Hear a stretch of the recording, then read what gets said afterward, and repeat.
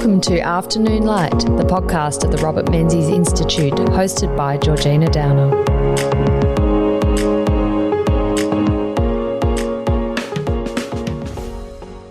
Dame Annabelle Rankin was the first Queensland woman elected to federal parliament in 1947 and only the second woman elected to the Senate after Labor's Dorothy Tangney. Despite women having the vote since 1902, it took until the 1940s for Australia to elect a woman to the federal parliament. But then in that decade, Australians elected 6 women, 4 of whom were from Menzies' Liberal Party. Joining me to discuss the remarkable story of Australia's second female senator, Annabelle Rankin, is Peter Sekuless. Peter is a Canberra-based writer who has been a press gallery journalist, a Commonwealth public servant and a government relations consultant. Welcome to Afternoon Light, Peter. Welcome. Thank you very much indeed.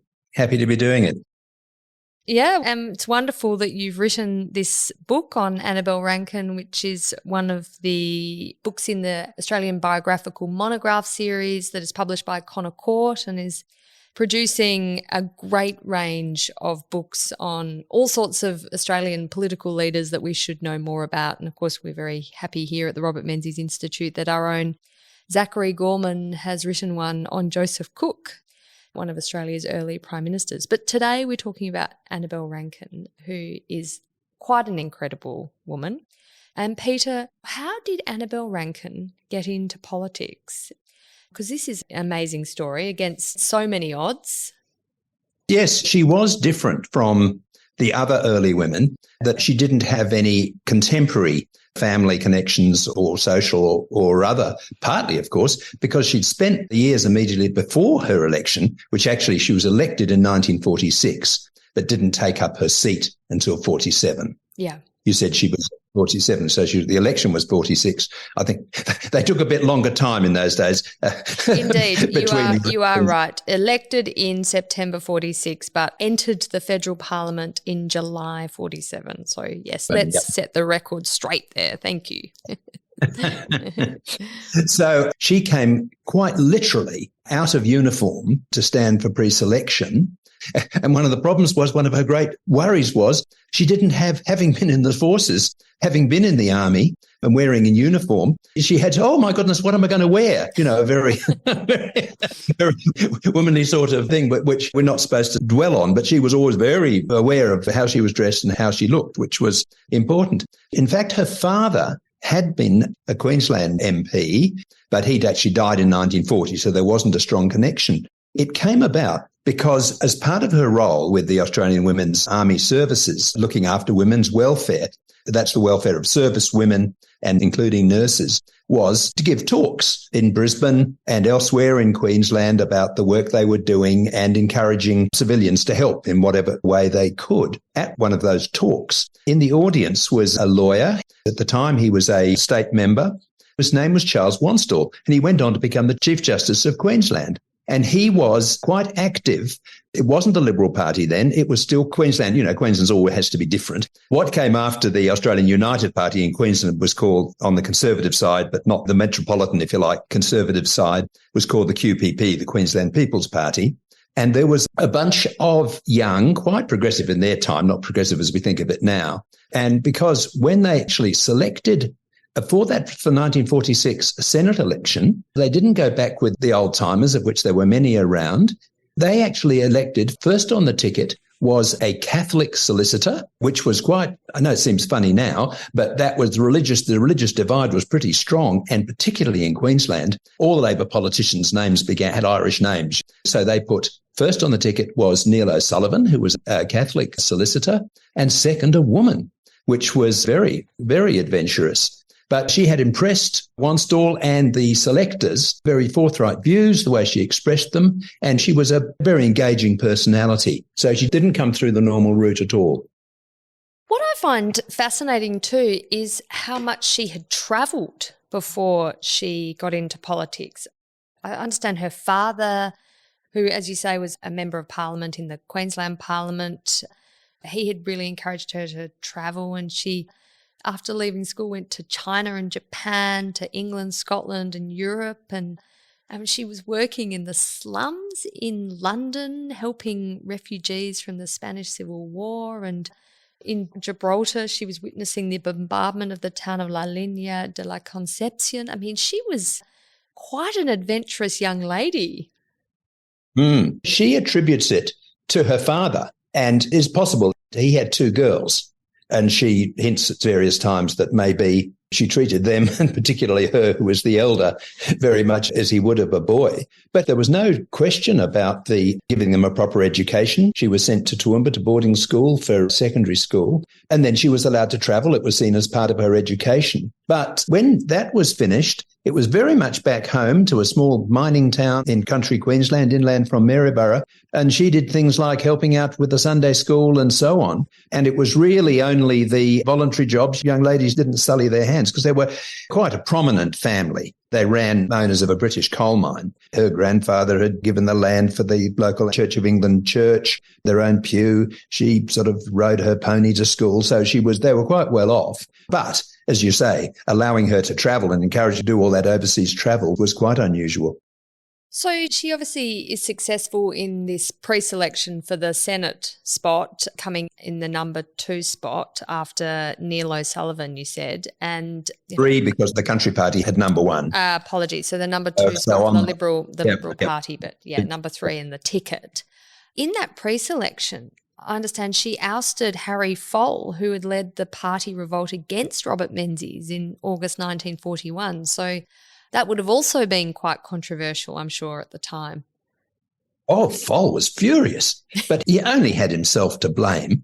Absolutely amazing. He was pretty old by that stage. He'd been a Gallipoli veteran. He'd been a minister in the nationalist government, in the 20s, the federal government.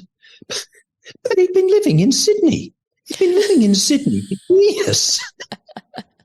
Right. It does not go over well in Queensland. No, that would have gone down very bad. Living in the flesh pots of the south. How he seriously expected to be able to walk it in again. But as saying that was why. So that's why I was impressed with those Liberal pre-selectors. They were saying, well, no.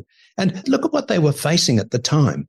It looked like Labor from shore to shore. In Queensland, Labor looked like it was there forever. They didn't get rid of them until the split of the 50s. And 43 hadn't looked good. The opposition was split. So it was quite brave of them. But Foll didn't go out unhappily. And he made very mutterings about it, whether it was religious influence. Oh, so, right. Of course, he would. Yeah. Oh, yes. He wasn't so upset about Annabelle as he was about being replaced by a Catholic. Indeed. Well, yes, of course, the sectarian tensions back then were pretty strong, weren't they?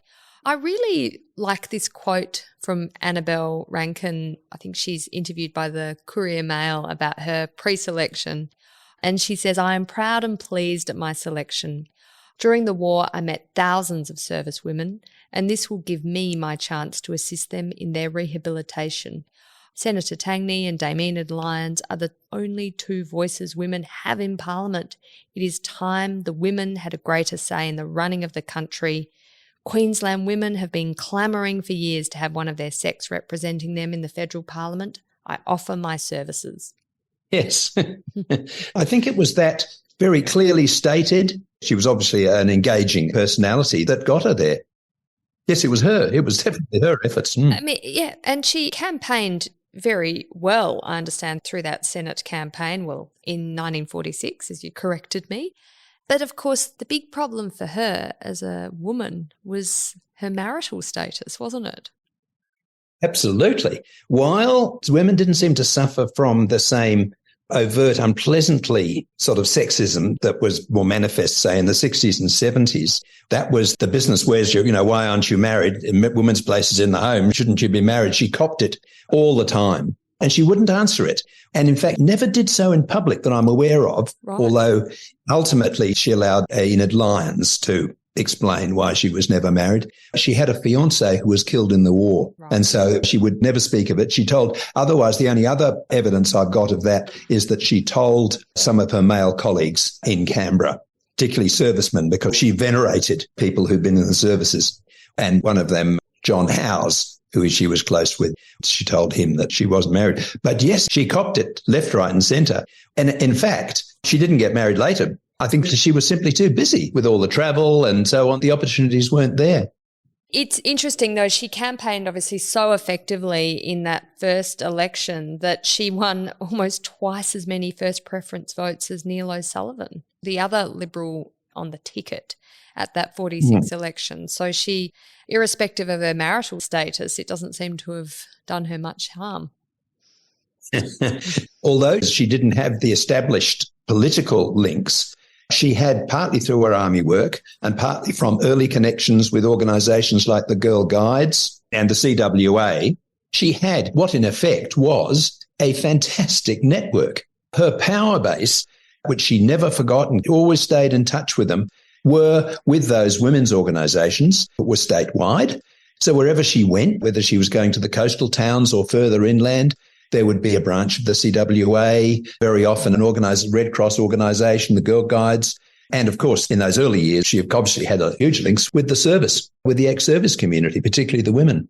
That's why she got 12,000 more than him in that. And Charles Porter, Charles Porter, who was the father of Gilla Porter and grandfather of Christian, who was the sort of the political agent in Queensland at the time, and is a bit inclined to exaggerate. He carries on that, she used to get 20,000 votes in her own right. Well, she never actually got 20,000 votes in her own right, but she did get 17,000 more personal votes. And apparently in that first election, you can track it back through the voting, she got quite a few Labor women voting for her as well. But, I mean, as you said, that Labor did well at the 46 election, but the coalition was successful, of course, in Queensland, winning these 3 Senate seats. But Annabelle with Neil O'Sullivan and was it Walter Cooper, who was the They were 3 out of 33 in the Senate. Yes, 3 out of 36. So there was 3 out of 36, sorry. And the Labor was 33 senators. So she's elected whip of 3, which wouldn't have presumably been too hard. Why was it that things went so well in Queensland and nowhere else? They were very new, the Liberal Party, I guess. Well, it wasn't even the Liberal Party. It was still the QPP. And maybe it helped having Queensland in the name. I don't know. But it was, the way Porter tells is that Queensland was just showing Australia the rest of the way. And if you look ahead to the 49 election, there were 18 House of Representatives seats and 15 were won by the Libs or the Country Party. So I think it was Queensland, the tide that came was being manifest a bit earlier in Queensland. And is there any reason why that was? I mean, you write about how progressive the Queensland pre-selectors were in choosing a Catholic and a woman for these pre-selections, but was Queensland more broadly inclined to favour that side of politics? I mean, certainly these days you look at the LNP does federal level extraordinarily well in Queensland, but in the 1940s, was that trend emerging then or...? I think rather than attribute it to, it was very embryonic in terms of the Liberal Party, it was the Country Party. Because don't forget, Artie Fadden was sort of the Queensland leader of the Country Party. He had a very strong personal base in sort of in Mackay, in the sugar seats. And Sir Walter Cooper, who was the national senator. Of those 3, he was the only one who'd ever been in the parliament before because the other 2 were new. It was a bizarre situation. But so I think it was that strong Country Party influence. Also, Queensland, this may seem like a non sequitur, Queensland was actually much more directly affected by the war than elsewhere in Australia because it was, in effect, an armed camp. Because all the Americans, and that was the base from Brisbane, Townsville, and so on. And it was much more martial law. You'd had all those problems with the conflicts between the American troops and the Australian troops. So maybe that had something to do with it. But although LNP does very well federally, I mean, look at Queensland at the state level. They vote for the Labor Party and it stays there for decades. Yes. So it is. Queensland's different. Indeed. It's a curious state of affairs, isn't it? And then they have people like Joe Bjelke-Petersen as well. Exactly. So Annabelle was involved, along with quite a few other women, in the Australian women's movement against socialism. Can you tell me about this group? And we need to, I think, remind our listeners that this was early Cold War. communism was a real concern and the evils of socialism were a real concern for those on the centre-right. Of course, I mean, Chifley's Labor Party was avowedly pro-socialism. That was part of their manifesto. But there was this grouping of women who became quite powerful and influential, and they included Annabelle Rankin and others like Enid Lyons and Nancy Bird, of course, the famous aviatrix. Aviatrix, yes. They were a very powerful group. Yes, it was anti-socialist, but rallied around bank nationalisation. I mean, don't forget, in 1946 was not good for Menzies. I mean, it got a bloody nose there. He didn't do as well as expected. Only 2 seats were gains. And so while the Labor Party was running into trouble on various things, the real gift was him doggedly pursuing his bank nationalisation. And sure, Enid Lyons, Nancy Bird and Annabelle were the sort of the front people, but the real person who did the hard work was Millicent Preston Stanley. I mean, obviously, she was the sort of the New South Wales equivalent of Elizabeth Couchman in Victoria. Now, I always get the initials wrong. The Australian National, ANWL, isn't it? That's right. Have I got that right? I think it's the Australian Women's National League. Yeah, I think it's AWNL, but I can... AWNL, not AN. But yeah, anyway, one of the very important groups that helps form the Liberal Party in 44, of course. Of course, yes. And her equivalent in New South Wales, there wasn't as powerful a group as NWL. But Millicent Preston Stanley, who'd been an state MP, really coalesced and organised the women against socialism. And there were really big meetings they organised. First one was in Sydney, 2,500 people. And it was a women's issue. The bank nationalisation and the thought, it hit home with women. They just simply didn't like it. So women were quite important, I guess, capitalising on what the Liberal Party had recognised late in the war, that there were women's issues, the women could be attracted to vote for the party, and policies like child endowment and so on were important, both electorally and as well as for themselves. The second big meeting was in Canberra at the Albert Hall in 1947. And again, the frontline people were Enid Lyons and Annabelle. Annabelle, of course, wasn't so well known nationally. I mean, Enid Lyons was quite a considerable figure nationally. She got in and in 1943 and she spoke all over. She'd been husbands, his sort of warm-up act at heaven knows how many meetings, political meetings throughout Tasmania and later on when he was Prime Minister. So she was a very well-known figure. And Annabelle was starting to become so because obviously she got huge publicity in Queensland and she used to have a weekly column in the Courier Mail. So she was starting to build up there, certainly in Queensland. But it was very early on. The bank nationalisation campaign was pretty early on in her career. In fact, she had to dash from the anti-bank nationalisation meeting at the Albert Hall on one side of Commonwealth Avenue, Albert Hall, back to the Senate to give her maiden speech. She had a very busy day. And did she speak about bank nationalisation in her maiden speech, Peter? No, only in passing. In some ways, it was a bit clunky. Maybe she was she was out of breath, having to head rush, and she was very, very worried about it. She's very honest and very forthright on things like this, about how nervous she was. She wasn't about the things she didn't want to talk about, like her single state, but she made no hesitation in writing in her column that when she first got into the Senate, the only one of 2 women, the only one on her side, and there's tiny little 3 of them. But also the parliamentary is pretty intimidating. She was very used now to going to public meetings. There you are.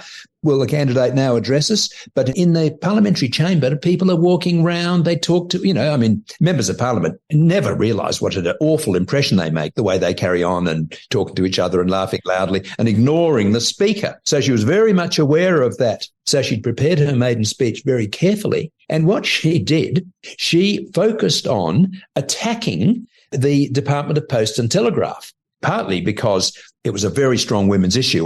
Queensland women, particularly in the country, couldn't get the phones connected. The postal rate was too high and so on. And so she had a whole list of matters. It was like a political attack right from the get-go. None of your sort of general stuff about speaking about my family and so on. It was right into it. And, of course, the Postmaster General, who was an elderly Labor senator from Queensland, couldn't believe it. He was Senator Cameron. This 37-year-old was up right into him.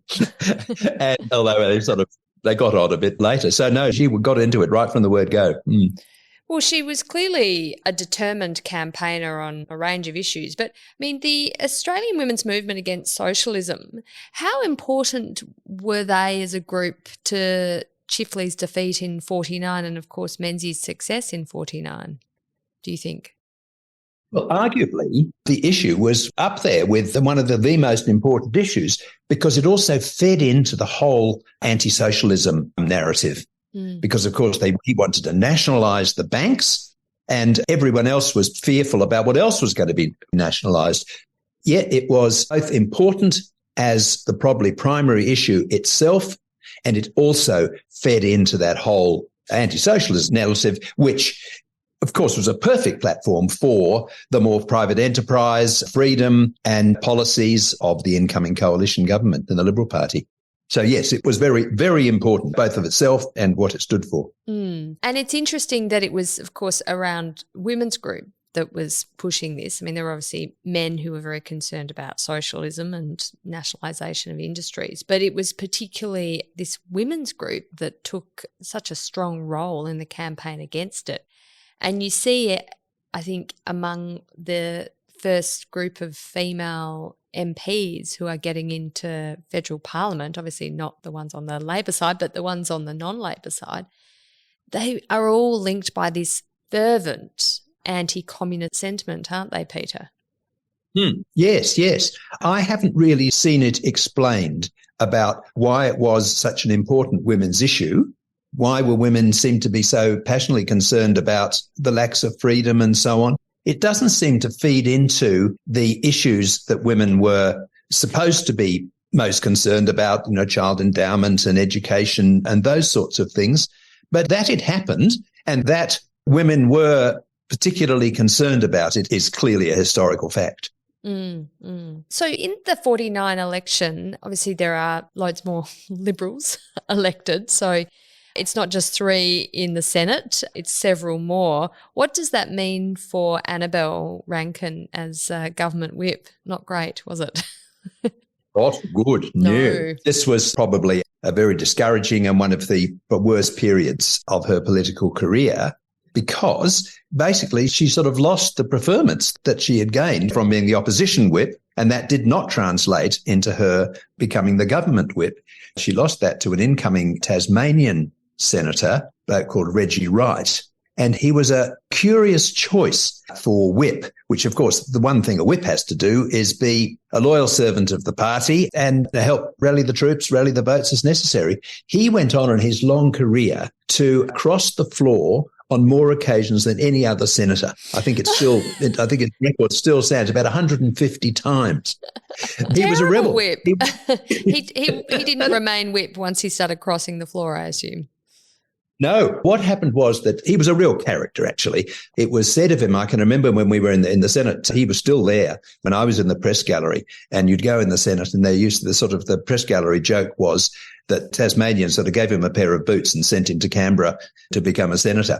But he did appear to be a rather rough-hewn character, but he quoted poetry. He was very learned on all matters of legislation and parliamentary law, but he was an absolute thorn in the side for his party.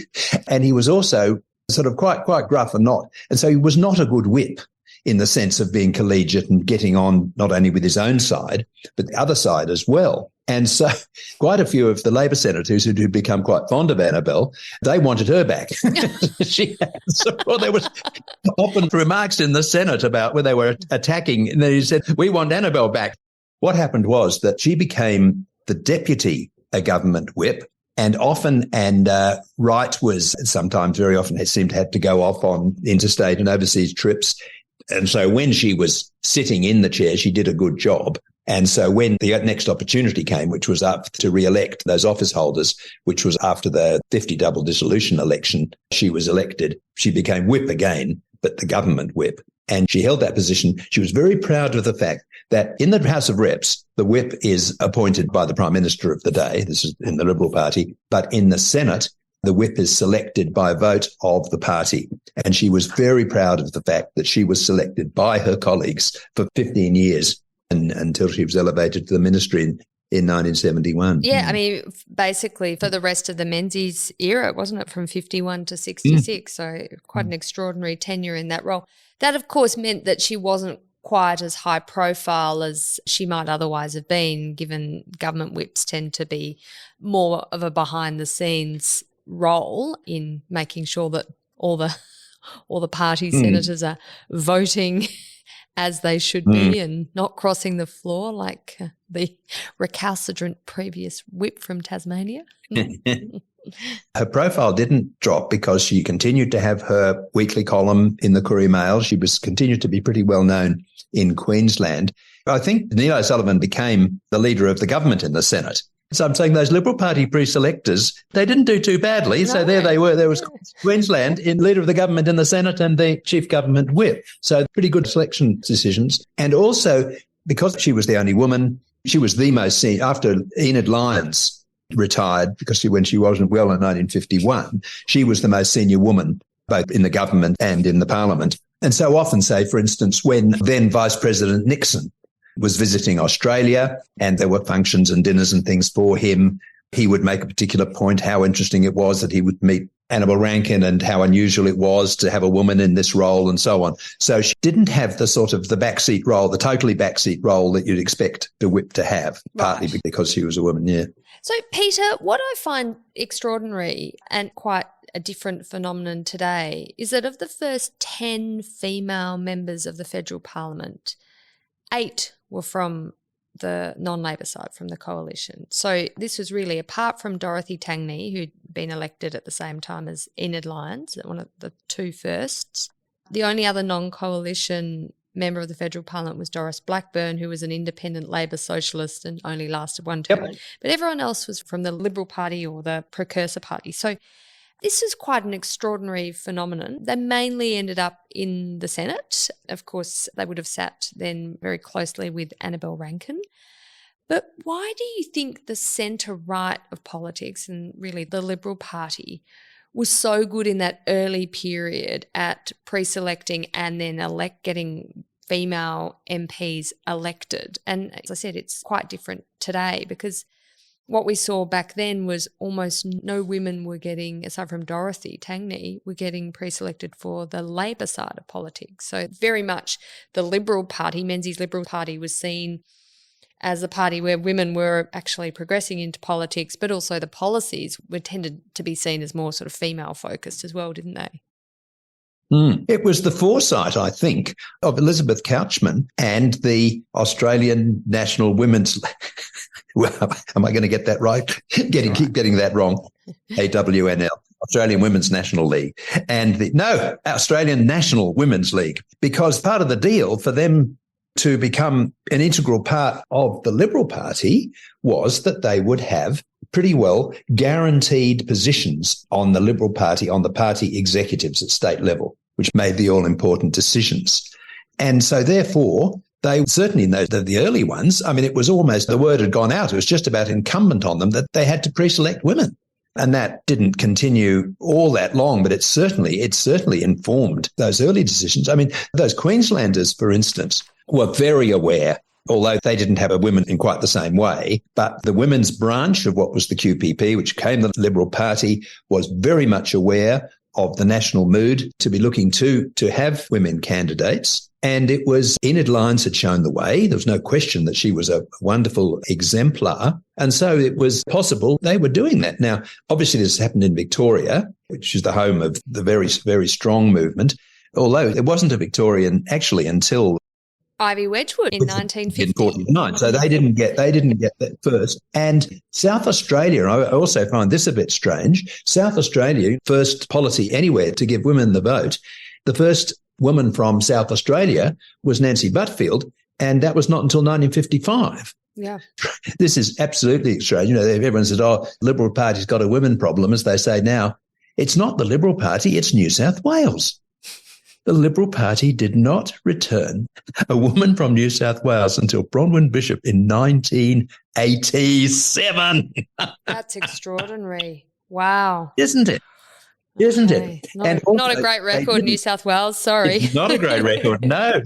We launched this book at the Liberal Party Women's Convention in Brisbane a couple of months ago. And I hadn't gone that far forward in my work on Annabelle Rankin, but I thought I'd better look up the different state situations in my talk to that group. And as luck would have it, sitting next to me as I spoke, it was Bronwyn. Bronwyn Bishop. I was able to say in there. She would have had her views. Quite a formidable woman, formidable politician. And that also, I'll just go back because you've been mentioning about the socialism. That was also, so Millicent Preston Stanley, who was the great organiser of that very important Australian Women Against Socialism, and she tried several times, but she never got pre-selection after that, although she'd done so much, in fact, to help get the Liberal Party there up in 1949. Well, I think Menzies even said that Dame Elizabeth Couchman, who obviously is that leading figure in the Australian Women's National League, she was the best cabinet minister he never had because she was never even successful in getting elected to Parliament. So she didn't know. No, yes. She didn't get no. So after Menzies' retirement in January 1966, he's obviously succeeded by Harold Holt. Now Dame Annabelle Rankin is finally appointed to the ministry as Minister for Housing, which of course is a massively important role. What didn't have a cabinet rank, but it certainly was a very important portfolio, and the Menzies government itself had really prioritised housing policies throughout the almost 18 years. So tell me about her role as Minister for Housing. She must have been incredibly proud to be in the ministry. Finally, yes. She'd only been in Parliament for 19 years by that stage. I did that time. I'd only been in Parliament. Notwithstanding, even she became a minister. She was quite one of the more successful politicians of that era, both male and female, because a lot of men couldn't wait for that. Both Menzies and Holt were very conservative in their appointments, didn't change their ministries very much. And her previous chance had come in 1958. There was going to be a slot for a Queenslander. The year before, she'd got her damehood, or become a dame, I think is probably more accurate.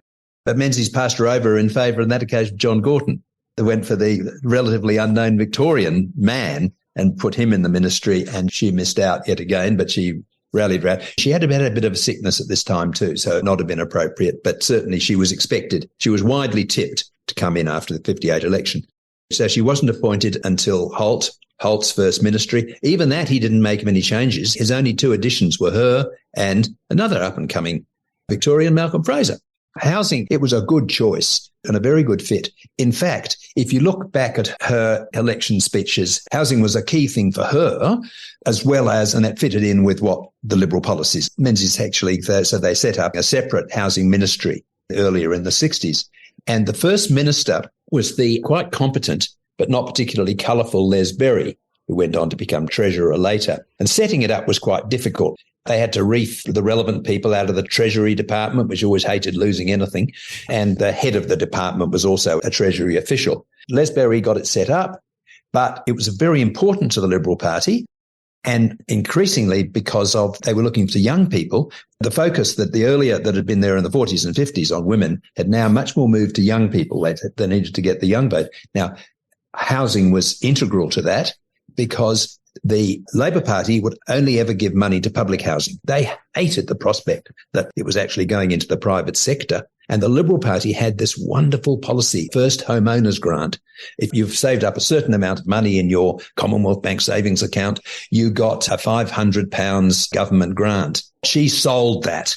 She loved it. Tirelessly hopping on planes and trains and so on, travelling around and selling that to young people. There was a lovely pamphlet with her sort of kindly, well, she was not by this stage matronly, might be putting it too much. She was very attractive and she did her hair and she had this quiff, a white quiff in the front of her auburn, her very prominent and much commented on auburn hair. She was a great salesperson for that, what was a very important policy, particularly so in Queensland. And Don Cameron, who became a member, he's still alive. He was the member for Griffith. which became Kevin Rudd's seat and is now held by the Greens, would you believe?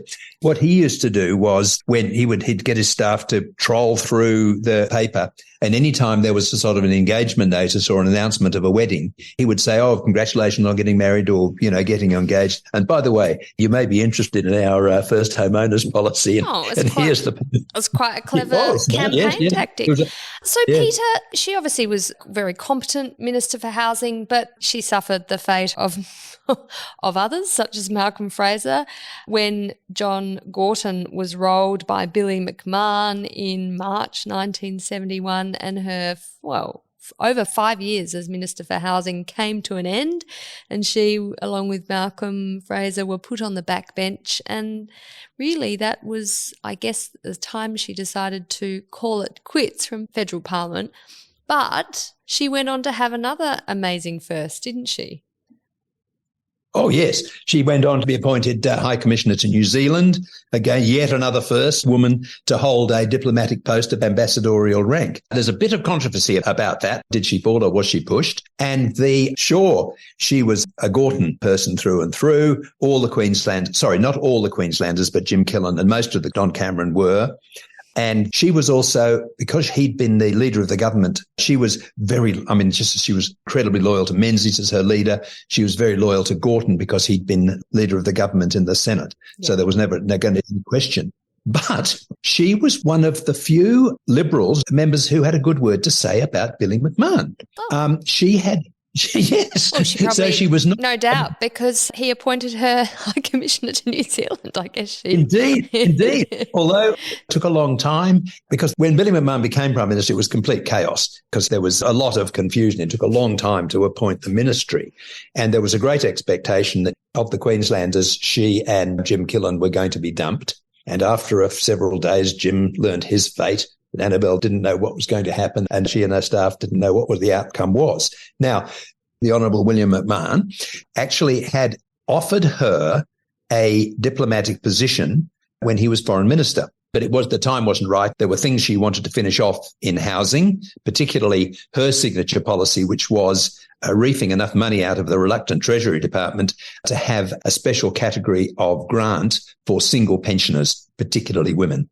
Very much aware that they were left out of those housing commission. And that was, she got that. It took about 5 times, but she got it through. I don't think she was looking forward to the prospect of opposition one little bit. She'd been there. She'd been in the parliament nearly a quarter of a century, having to go onto the backbench, and also relished the prospect of a diplomatic posting because she had been sent to lead the Australian delegation for the independence celebrations for Mauritius. And she loved it. Obviously, the only woman leading any of the delegations. And so she was the whole diplomatic role, absolutely loved it. She was looking forward.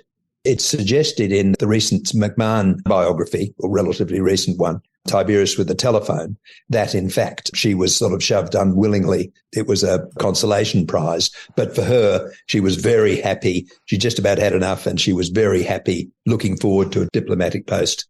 And so it was the crowning glory of her career rather than a consolation prize that she was. And don't forget, many of those ministers, including your grandfather, who went on to be, or Joe Gullett, ambassador to Greece, Hubert Opperman, immigration minister before your grandfather, went High Commissioner to Malta, your father High Commissioner to London. It was a well-oiled path. Yes. And for her as the first woman to go to New Zealand as High Commissioner was very much in the groove. And a prestigious post as well. Well, Peter, that was a lovely, lovely discussion on such a significant figure in Australian history about Annabelle Rankin, a woman who had many firsts in her own life and in the Australian political history. And of course, she's now remembered in the federal electorate of Rankin, held by the Treasurer of Australia today, Jim Chalmers. I'm not sure if she would be so satisfied about his version of politics, but I mean, a discussion for another day, I'd say. But Peter, it's been an absolute delight to have you on Afternoon Light, and I've really enjoyed this chat. Good, thank you very much.